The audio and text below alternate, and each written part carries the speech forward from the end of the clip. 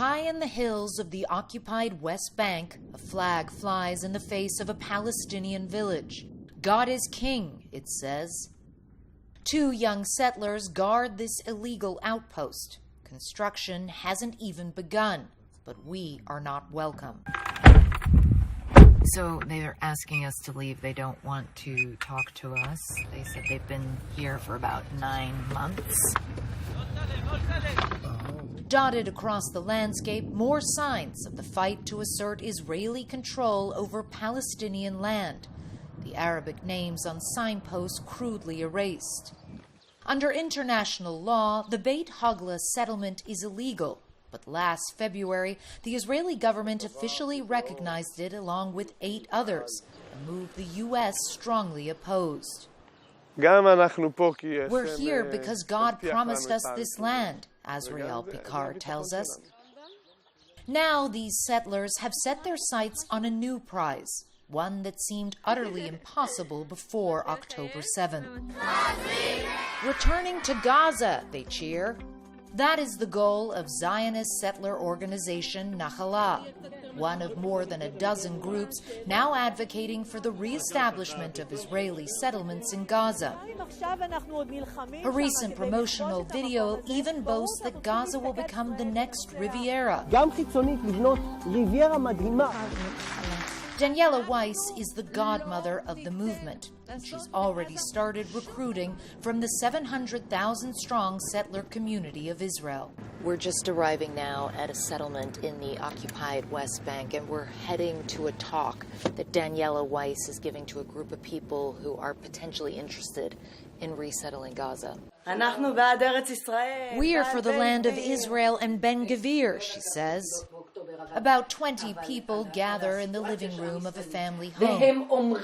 Weiss knows that for many in this community, there is deep nostalgia for Gush Katif, a block of 21 Israeli settlements that were forcibly evacuated by the IDF in 2005 when Israel left the Gaza Strip. This is the vision of Gaza, she says. You see all the nucleus groups. A map has already been drawn up, with 6 groups laying claim to different parts of the enclave. So they've just been handing out these little booklets that say, people of Israel, return home, and then underneath, a call to return to the settlements of Gaza. One of the organizers tells the group they have a representative flying to Florida to raise money. Nakhla gets support from a number of groups in the U.S., including AFSI, Americans for a Safe Israel, which co-sponsored a recent webinar on the return to Gush Katif, even as the Biden administration has cracked down on settlements in the West Bank. There is a very strong support from very prominent, from very, I would say, wealthy people, wealthy Jews. In the U.S.? In the U.S. Can you name any names? No, I cannot. No. Back at her home in Kedumim settlement, Weiss tells us she's already enrolled 500 families. I even have on my cell phone names of people who say, enlist me, enroll me, I want to join. I want to join the groups that are going to settle Gaza. I have to ask you, though, because we're sitting here talking and we're listening to the call Yeah, I'm listening to prayer. to it. I hope you are listening to it. Which is a reminder, I think, of the people who live here, but also the people who live in Gaza. What happens to them in this vision of this new settlement with Jewish settlers even in Gaza City? What I think about Gaza, the Arabs of Gaza lost the right to be in Gaza on the 7th of October. Yes, I do hear the mosque. I do hear the prayer. Things were different until the 7th of October. No Arab, I'm speaking about more than 2 million Arabs. They will not stay there. We, Jews, will be in Gaza. That sounds like ethnic cleansing. Okay. The Arabs want to annihilate the state of Israel. So you can call them monsters. You can call them cleansing of Jews. We are not doing to them. They are doing to us. I couldn't make it clearer when I said that myself, as a person who is preoccupied with settling the land, until the 7th of October, I didn't have plans of returning to Gaza.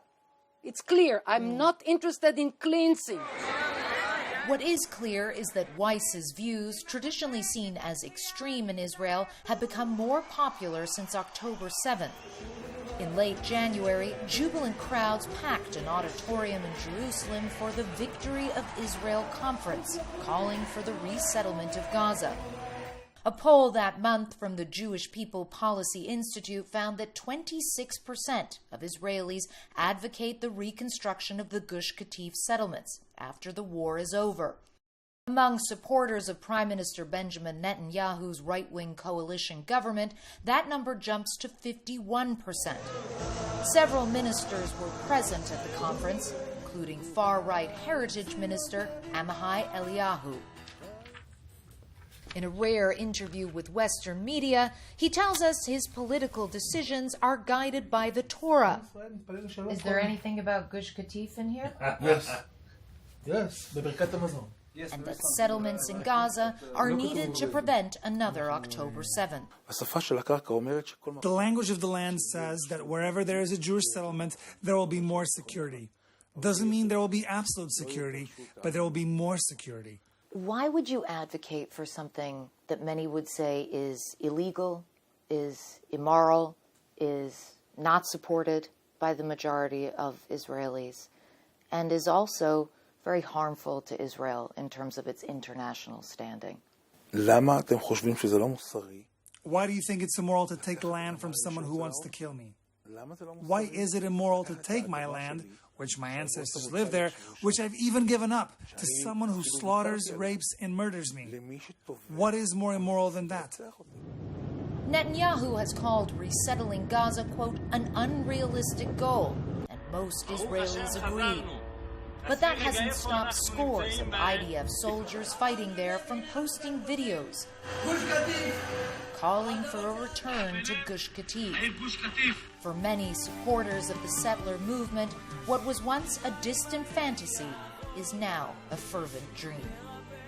Now, Aaron, we also spent some time in Tel Aviv. We went to a large anti-government protest, the largest, in fact, since October 7th. And certainly nobody there, to give you some perspective, was talking about reestablishing Gush Katif or reestablishing any kind of settlements inside Gaza. But we talked to one woman who's a professor, and what she said, I think, was really interesting. She said, listen, they are a minority, these extreme right-wing settler types, but they are politically a very powerful minority at the moment because they have such strong representation in Benjamin Netanyahu's coalition government. She also said, which I think is relevant too, this idea that their ideas, which were traditionally seen as fringe, now have a lot more traction because in the aftermath of October 7th, you do see a hardening of views in Israel. You do see a shift to the right, just as you do in many other countries after a massive attack like that. Certainly,